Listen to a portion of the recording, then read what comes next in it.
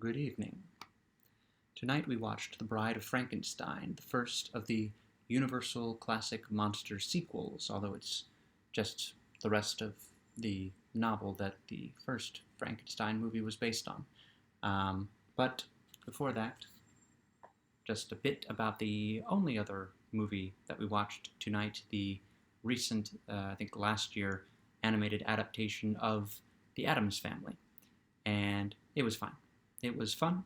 It was colorful. A kind of a Edward Scissorhands aesthetic going on, and about as good as Addams Family adaptations that I have seen. Um, I have a book that when the musical came out, I got. It has all the, I don't know if all, probably hopefully all, of the original cartoons, and it is signed by the guy who wrote the score of the musical, I think the guy who wrote the book of the musical, one of the stars of the musical, and people who compiled the cartoons into the book. So it's a neat thing to have. But back to, I closed the booklet. The Bride of Frankenstein. There's like The Invisible Woman and Daughter of Dracula titles and movies that I have not seen, but presumably are about female monsters. But she's the only one who makes the box. Where is she? There she is, between the Phantom and the monster. She's and she's someone who I was really looking forward to because she doesn't have a basis in literature. She is the in the novel, Frankenstein does make a mate for the monster, but he never brings her to life, and that is what the passage that I read from the novel that I posted earlier today is about. So the fact that she comes alive and really alive. Look at those eyes, and can't really see the streaks in the hair, but she's quite something, and she is the best part of the movie. Elsa Lanchester's, I think it's Lanchester's performance as the bride, not really of Frankenstein because she's the bride of the monster or the monster's mate as she's listed in the credits, but they do the thing that they did with the monster in the original where it's the monster's mate and then ... question mark. So who played the monster's mate? It was Elsa Lanchester, who also plays Mary Shelley at the beginning of the movie in a ridiculous portrayal of her relationship with Percy Shelley and Lord Byron as kind of a framing device for the movie that's only at the beginning, not at the end, so not really a framing device, more of a, I don't know what it would be called. I like having her up here. I liked it. I liked the movie better than the first Frankenstein movie because it's got the more interesting parts from the novel in it. The creation of a human being, monster, creature by Victor Frankenstein in the book, Henry Frankenstein in the movie, is the premise, and it happens, and then there's the story. And the story is mostly of the monster trying to figure out and then get what he wants. And so this movie has, the first movie ended after the monster's created, and then he kills a person or two, and then he gets chased by an angry mob, which is where this movie starts. And then that movie ends. And this movie picks up, he gets chased by a mob again, and when she comes to life, clearly somebody said to the actor playing Henry Frankenstein, Colin Clive, you know the way that you said it's alive in the other movie? Do that again, maybe not quite as much, but the audience loved it, so do it again. And he says it the exact same way. But I don't know where I was, because audiences like in sequels to see what they already saw, and that's why it started with a lot of mob chasing. But it goes on to the part where the monster meets a blind man in the woods. It's different in the novel, the circumstances, but it's nicely done here. The blind man starts to teach him to speak. The monster doesn't become as good of a speaker in the movie as he does in the book. maybe because, again, audiences want the monster to be like he was in the original movie and not very verbal. Um, and it's a different circumstances under which the monster is chased away than in the book, but that's fine. That's a great part of the story, the monster learning from a guy who doesn't realize that he's a monster because he's blind. Um, that's really nice. And then the idea that the monster wants a mate. Now, the problem with the movie here is that it introduces the character of Dr. Pretorius, who kind of takes the best parts of um, all of the main characters, the blind man, Frankenstein, and the monster.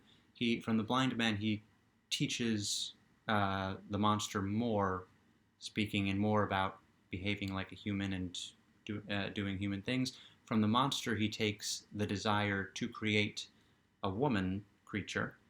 He wants to do what Frankenstein did, and so again, that's what he takes from Frankenstein. Also, is he's the mad scientist this time. Frankenstein has learned his lesson and doesn't want to create the monster, which is part of how it plays out in the book.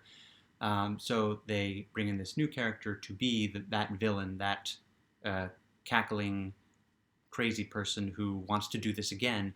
And they show in a very amusing early scene that it's definitely not in the book what he's already done along these lines. And so he kind of, I'm not sure exactly. I was watching a documentary that's included on the DVD for a little bit, and I guess the actor was a friend of James Whale, who was again directing. But I don't know what he brings other than to take away from those three characters things that they do that make those the best parts of the book. Let's see, the design of her. It's kind of weird because what I realized this time watching it and just seeing how beautiful she looks and stunning, and we first see her, she's all wrapped up and bandaged, and I don't know where that hair is when she's bandaged, but it's there, and it's part of her iconic look when she is unbandaged and all dressed up to be a bride. Her eyelashes are curled and her eyebrows plucked. She's got that lipstick there, and just Boris Karloff's monster awoke and still looks like he did when he woke up, pretty much, except he's been through fire now. He was always an ugly monster. She is supposedly a monster too, but she looks like a doll, and in many ways she is a doll. That is the metaphor. They made her.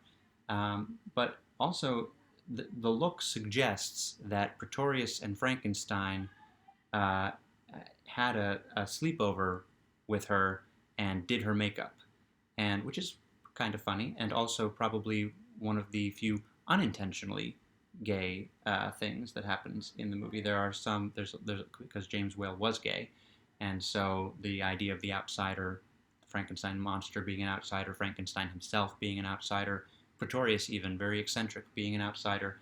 That's what it was. That's what it felt like to be gay in the 30s and before and after during Whale's life. But I don't think he intended her makeup to suggest more along those lines.